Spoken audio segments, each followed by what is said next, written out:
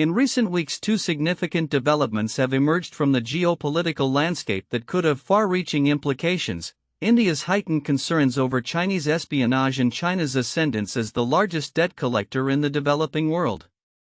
Both situations highlight the complex interplay of international relations, economic strategies, and the evolving dynamics of global power.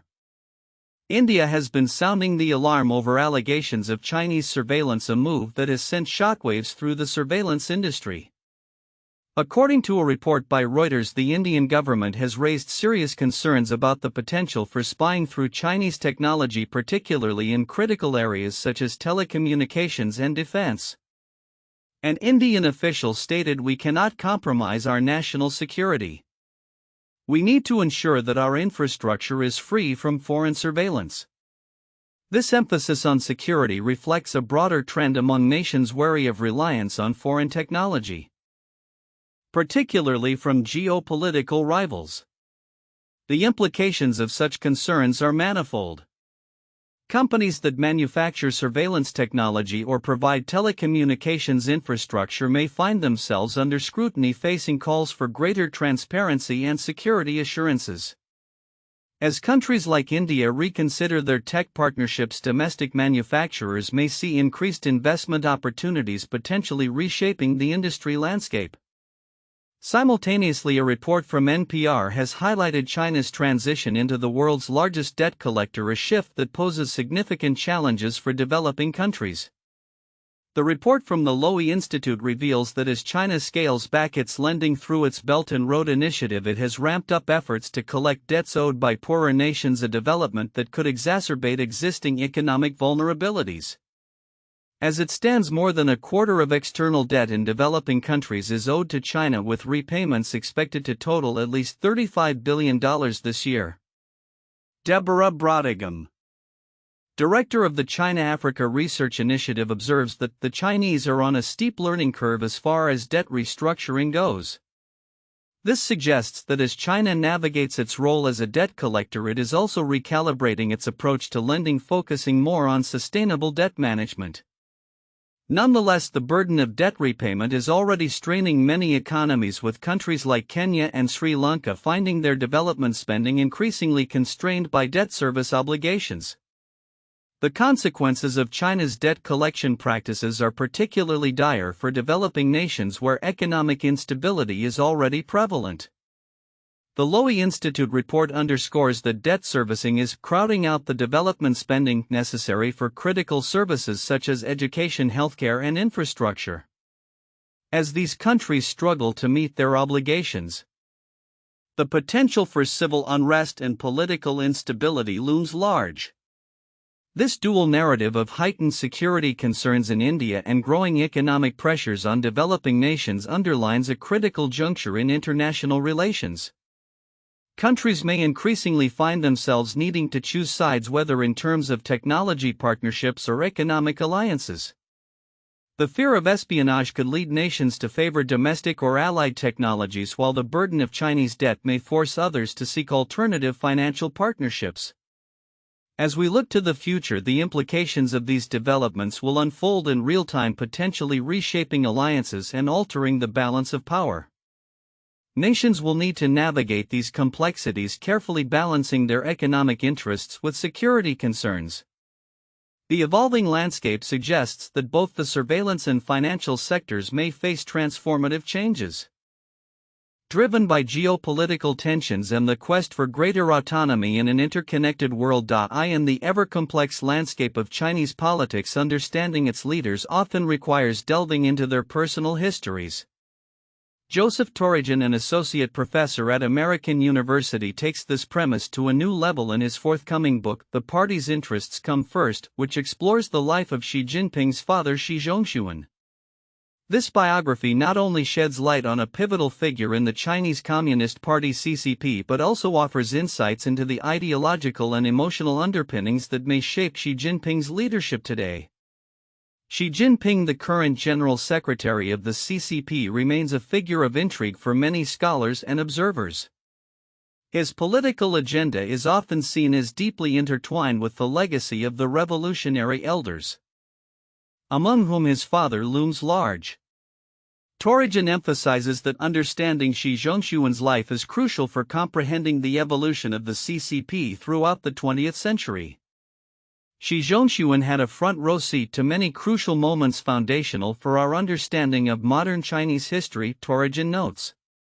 His involvement in significant events such as the incorporation of Xinjiang into the People's Republic of China and his roles under various party leaders provides a contextual backdrop for Xi Jinping's own political decisions. Throughout his life, Xi Zhongshuan grappled with internal conflicts between his personal beliefs and the demands of the party. Torrigen highlights that while many external observers might categorize Chinese politics as a struggle between reformers and conservatives, the reality is far more nuanced. The individual is a man of competing impulses, he explains.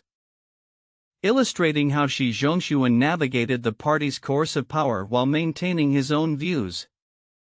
Ultimately, Torrigen asserts it was the party's interests that prevailed for him, a dynamic that raises questions about the potential for alternative paths within the CCP. Central to Torrigen's analysis is the theme of personal suffering, both of Xi Zhongshuan and his son Xi Jinping. The elder Xi's life was marked by significant tragedy, including the loss of family members during tumultuous periods in Chinese history. This legacy of pain and loyalty to the party is noteworthy as it seems to have influenced Xi Jinping's own political trajectory. If my father continued to remain faithful, then why wouldn't I? Torrigen speculates might have been a thought process for the younger Xi. This complex emotional backdrop has led him to adopt a firm, even unyielding stance on party loyalty and governance, contrasting sharply with the views of other figures who emerged from similar historical contexts. Interestingly, Torrigen posits that the suffering endured by both Xi leaders did not lead to a call for reform within the party. Instead, the lessons Xi Jinping appears to have taken from his father's experiences suggest a belief in the necessity of a strong state to prevent chaos reminiscent of the Cultural Revolution. What Xi Jinping learned, it seems, was that if you take ideology too seriously, that's dangerous, Torrigen states. This perspective has contributed to Xi's approach of prioritizing party strength over ideological flexibility, a stance that has significant implications for China's current political landscape. In portraying Xi Zhongshuan as a multifaceted individual, Torrigen challenges the simplistic view of party members as lacking depth or humanity. He argues that the intense pressures of party loyalty fostered a rich interiority within figures like Xi Zhongshuan, who had to balance personal ambitions with the expectations of the party. The emotional complexity of Xi Zhongshuan's life, marked by both adherence to the party and personal suffering, ultimately serves as a lens through which we can better understand the motivations of his son. As the party's interests come first prepares to enter the public sphere, it promises to be a significant contribution to the discourse surrounding Chinese politics, offering fresh insights into the interplay between personal history and political ideology. As scholars and analysts continue to decode Xi Jinping's leadership style and policies, Torrigen's work will likely serve as a key reference point for understanding the enduring influence of family legacy in shaping modern governance in China. The narrative of the Xi family underscores a broader theme that resonates through the halls of power: the intricate dance between personal experience and the unyielding demands of party loyalty, a dynamic that will undoubtedly continue to evolve in the years to come. In an ongoing saga that intertwines economic policy and corporate America's response, the U.S. trade landscape is facing significant turbulence as President Donald Trump critiques the emerging taco trade phenomenon, an acronym standing for Trump always chickens out. This term has gained traction among Wall Street traders who have observed a pattern in Trump's tariff announcements where initial high tariffs cause market anxiety, only for him to later retract or delay those tariffs. This cyclical behavior has led to a volatile investment climate, with many questioning the effectiveness and consistency of Trump's trade policies. During a press briefing on Wednesday, Trump dismissed the term as nasty, asserting that his tariff strategies are part of a broader negotiation tactic aimed at strengthening the United States' position in trade discussions. "It's called negotiation," he stated, defending his approach amidst ongoing talks with key trading partners like the European Union and India. Reports indicate that India is proposing significant tariff cuts while retaining high duties on certain agricultural imports, showcasing the complexities of international negotiations. The European Union, on its part, is actively engaging with the US to foster cooperation in critical sectors such as semiconductors and aerospace while attempting to mitigate the impact of potential tariffs that could reach as high as 50%. EU Trade Chief Maros Šefčovič remarked on the positive dialogue with US officials, emphasizing the importance of collaboration to avoid escalating trade tensions. As negotiations unfold, companies across various sectors are bracing for the repercussions of Trump's tariff policies. Retail giants like Macy's and Capri Holdings have already adjusted their revenue forecasts downward, citing tariffs as a significant factor in expected declines in consumer demand. In the automotive industry, major players such as BMW, Mercedes-Benz, and Volkswagen are reportedly in discussions with the U.S. Department of Commerce regarding a tariff relief deal contingent on substantial investments in the U.S. The trade climate has also influenced the technology sector, with Apple facing the prospect of a 25% tariff on iPhones that are manufactured abroad. Trump's insistence that Apple and other companies relocate production to the U.S. adds another layer of complexity to the ongoing trade discussions, further highlighting the intersecting interests of national policy and corporate strategy. As the pressure mounts, the Federal Reserve is also weighing the broader implications of tariffs on inflation and the overall economy. Fed officials acknowledge that prolonged uncertainty surrounding tariffs could dampen economic growth, complicating their monetary policy decisions. The unfolding situation underscores the delicate balance between aggressive trade tactics and the need for stability in international markets. With Trump postponing the implementation of certain tariffs until July 9, both U.S. and European officials have an opportunity to reassess their positions and potentially find common ground. Looking ahead, the impact of these negotiations will not only shape the immediate economic landscape but may also redefine the U.S.'s long-term trade relationships. The evolving dynamics suggest that businesses, investors, and policymakers will need to remain agile as the administration navigates this complex terrain, balancing the desire for leverage with the risks of economic fallout. As both sides strive for resolution, the outcome will likely set precedents for future trade agreements and economic strategies. Recent developments in international cybersecurity and military maneuvers are reshaping the geopolitical landscape, particularly in the context of China's increasing assertiveness. As nations grapple with the implications of cyber threats and military posturing, the situation continues to escalate, drawing attention from global powers and security alliances. The Czech Republic has taken a bold stance against cyber intrusions, publicly accusing China of orchestrating cyber attacks that targeted its foreign ministry's communication networks. In an announcement made on May 28, Czech officials stated that the attacks attributed to the Advanced Persistent Threat 31 APT-31 group linked to the Chinese Ministry of State Security had been ongoing since 2022. Foreign Minister Jan Lipavsky emphasized the seriousness of the situation, noting that such cyber operations pose significant risks to national security. While the exact nature and extent of the damage remain unclear, the Czech government has swiftly implemented a new communication system to mitigate further risks. This incident is part of a broader pattern of cyber aggressions attributed to China, which has drawn condemnation from allies including the United States and NATO. The frequency and scale of these attacks have become a point of concern for Western nations, prompting collaborative efforts to bolster defenses against such threats. According to a statement from U.S. officials, the implications of these cyber attacks extend beyond the Czech Republic as they threaten the integrity of critical infrastructure across Europe and the United States. Simultaneously, China's military activities are also under scrutiny. On the same day, Taiwan's Ministry of National Defense reported increased activity from the Chinese People's Liberation Army (PLA), particularly focusing on the aircraft carrier Liaoning, which was spotted near Taiwan. Reports indicated that the Liaoning might be preparing for military drills in the Western Pacific, coinciding with the upcoming Dragon Boat Festival. Colonel Hu Chunghua of Taiwan's Defense Ministry assured that the armed forces are closely monitoring the situation, highlighting a heightened state of readiness amid growing tensions. In another development, Western media spotlighted China's military capabilities, specifically regarding the alleged deployment of advanced bombers on Yongqingdao in the South China Sea. This report, citing satellite imagery, suggested that such actions might signal an escalation in China's military posture in the region. However, Chinese military experts have downplayed these assertions, reiterating that Yongqingdao is indisputably Chinese territory and that such military activities are standard practice for safeguarding national interests. As these events unfold, the convergence of cyber threats and military maneuvers underscores a critical phase in the evolving security landscape.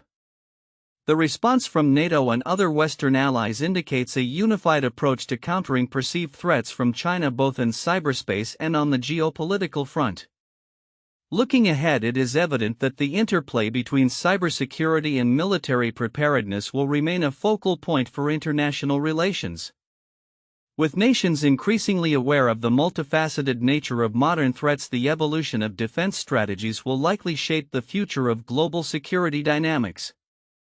As the world watches, the implications of these developments will resonate far beyond the immediate regions involved, potentially redefining alliances and power balances in the years to come. In a significant escalation of tensions between China and the European Union, the Czech Republic has accused Beijing of orchestrating a malicious cyber campaign targeting its foreign ministry. This accusation, made public on May 28, 2025, highlights ongoing concerns about cybersecurity and international relations, particularly in the context of growing geopolitical rivalries. According to the Czech Ministry of Foreign Affairs, the cyber attack, attributed to a group identified as APT-31, which is publicly associated with the Chinese Ministry of State Security, began in 2022. The ministry described the attack as affecting a critical infrastructure entity but refrained from disclosing specific details about the targeted systems. Following the national attribution process, the government of the Czech Republic has identified the People's Republic of China as being responsible for this malicious cyber campaign, the ministry stated. Kaja Kallas, the European Union's top diplomat, echoed these sentiments, asserting that the bloc holds a Chinese state-backed actor responsible for a malicious cyber campaign targeting Czechia. She further characterized the attack as a clear and unacceptable violation of international norms. This statement underscores the EU's commitment to addressing cybersecurity threats and holding responsible parties accountable. Czech Foreign Minister Jan Lipavsky expressed grave concern over the incident, stating that the government detected the intrusion during its course. China is interfering in our society through manipulation, propaganda, and cyber attacks, he said, emphasizing the seriousness of the situation. In response to the breach, the Czech government summoned the Chinese ambassador to underscore that such actions would have significant repercussions for bilateral relations. This incident comes at a time when relations between the EU and China are already strained over various issues, including trade policies, human rights concerns, and military assertiveness in the Indo-Pacific region. The cyber attack could further complicate diplomatic ties as European nations increasingly demand accountability for cyber-related incidents attributed to state actors. The implications of this incident are manifold. For the EU, it signals an urgent need to enhance collaborative cybersecurity measures among member states to better protect critical infrastructure from foreign threats. Additionally, it raises questions about the extent to which nations can trust their diplomatic communications and the security of their governmental networks in an era of rising cyber warfare. Looking ahead, the repercussions of this cyber campaign will likely reverberate through ongoing discussions about cybersecurity protocols and international relations. As the EU continues to confront challenges from state-backed cyber attacks, the actions it takes in response to the Czech Republic's allegations will be closely monitored both by member states and by adversaries. The incident serves as a stark reminder of the vulnerabilities that exist in the digital landscape and the importance of robust cybersecurity strategies in safeguarding national interests.